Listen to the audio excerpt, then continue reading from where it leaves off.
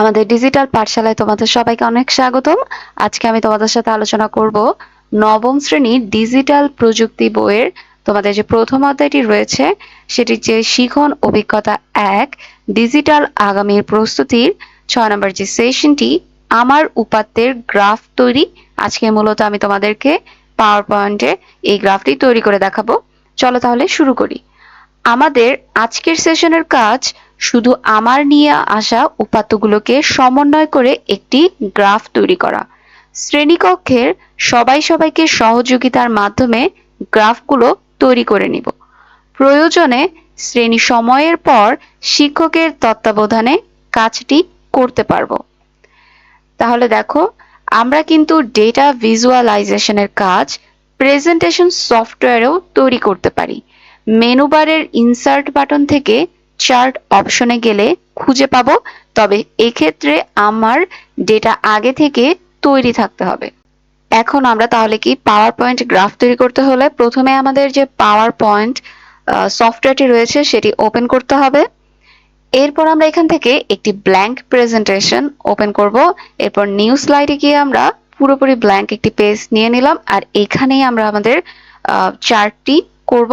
দেখো, আমাদের অলরেডি কিন্তু উপরে ইনসার্ট নামে একটি ট্যাব রয়েছে, আর এখানে গেলেই আমরা চার্ট অপশনটি পেয়ে যাব। এরপর চার্ট অপশনটিতে ক্লিক করলে আমরা অনেক টাইপের চার্ট দেখতে পাচ্ছি, column, line, pie chart, bar chart. তো আমি এখান থেকে তোমাদেরকে পাই চার্ট অপশনটিতে দেখাবো পাই চার্ট কিভাবে তৈরি করতে হয়। তাহলে দেখো, পাই চার্ট অপশন ক্লিক করার পর আমার কিন্তু এখানে পাই অপশনটিতে কিন্তু অনেকগুলো পাই চার্ট রয়েছে। আমি এখান থেকে পছন্দ মতো একটি সিলেক্ট করে নিব।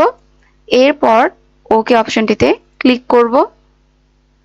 তাহলে দেখো, আমাদের পাই চার্টটা কিন্তু আমাদের অলরেডি পাওয়ার পয়েন্ট যে স্লাইডটি রয়েছে সেটির মধ্যে চলে এসেছে, এবং এই চার্টটাতে কিছু ভ্যালু দেওয়া আছে already, first, second, third, fourth. এগুলোকে এডিট করার জন্য আমি আমার মন মতো এডিট করার জন্য অলরেডি একটি এক্সেল শিট উপরে চলে এসেছে। এখন আমরা যদি এই এক্সেল শিটে আমাদের মানগুলো, ডেটার মানগুলো ইচ্ছা মতো বসাতে পারি, আর এখানে বসানোর সাথে সাথে আমাদের এই পাই চার্টটা অটোমেটিক এডিট হতে থাকবে। চলো তাহলে আমরা একটু দেখি।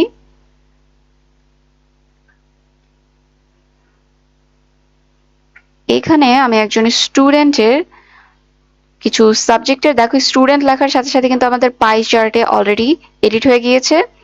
এখন আমি স্টুডেন্টের কিছু সাবজেক্টের মার্কস দেখতে চাচ্ছি এখানে।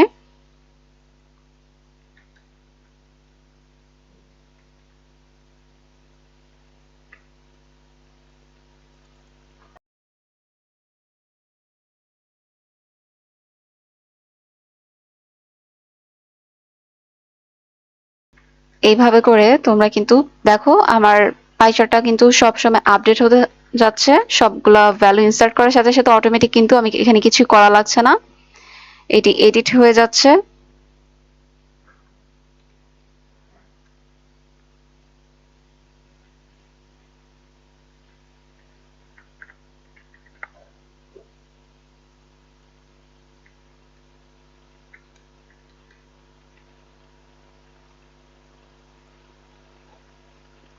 তাহলে আমরা কিন্তু এইভাবে খুব সহজেই আমাদের একটি পাই চার্ট তৈরি করতে পারি। এখন আমরা এই পাওয়ার পয়েন্ট যে আমাদের এক্সেল শিটটি রয়েছে এটি কিন্তু ক্লোজ করে দিলেও প্রবলেম নেই। এরপর যদি তোমাদের মনে হয় যে কোনো ইনফরমেশন এডিট করা প্রয়োজন, তাহলে তোমরা টুল বার থেকে এই যে ডিজাইন যে ট্যাবটি রয়েছে সেখানে গিয়ে চার্ট ডিজাইন অপশনটি ক্লিক করতে পারো। এখানে দেখো, এডিট ডেটা নামে একটা অপশন রয়েছে, আর এডিট ডেটা অপশনটি ক্লিক করলেই তোমাদের আবার সেই এক্সেল শিটে চলে আসবে, আর এখানে তোমরা সেই এডিটটি করতে পারবে। আশা করি তোমরা এটি বুঝতে পেরেছো।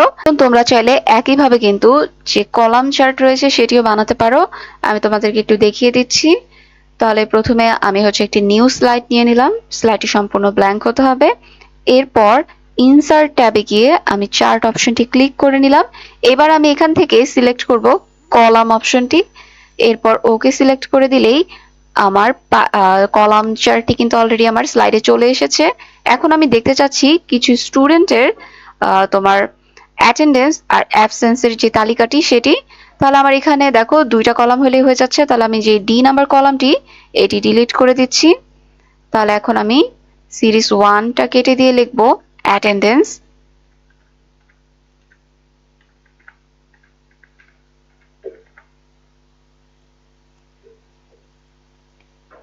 আর সিরিজ 2টা কেটে দিয়ে লিখবো আমি অ্যাবসেন্স।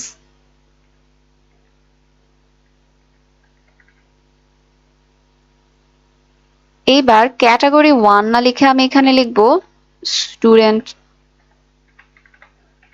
স্টুডেন্ট 1 বলতে পারি। এরপর একইভাবে সবগুলো আমি চেঞ্জ করে নেব। ক্যাটাগরি 2 চেঞ্জ করে আমি লিখবো স্টুডেন্ট 2। এরপর ক্যাটাগরি 3 আমি কেটে দিয়ে লিখবো স্টুডেন্ট 3। এরপর ক্যাটাগরি 4 কেটে দিয়ে আমি লিখবো এখানে স্টুডেন্ট নাম্বার 4। আর এখানে এই সংখ্যাগুলো চেঞ্জ করতে হবে এখন আমাদের। তাহলে আমি এখানে দিলাম 29 আর অ্যাবসেন্স হচ্ছে 1। এরপর স্টুডেন্ট 2 23 অ্যাবসেন্স হচ্ছে। তাহলে দেখো অটোমেটিক কিন্তু আমার যেই চার্টটি সেটি কিন্তু আপডেট হয়ে যাচ্ছে। 28।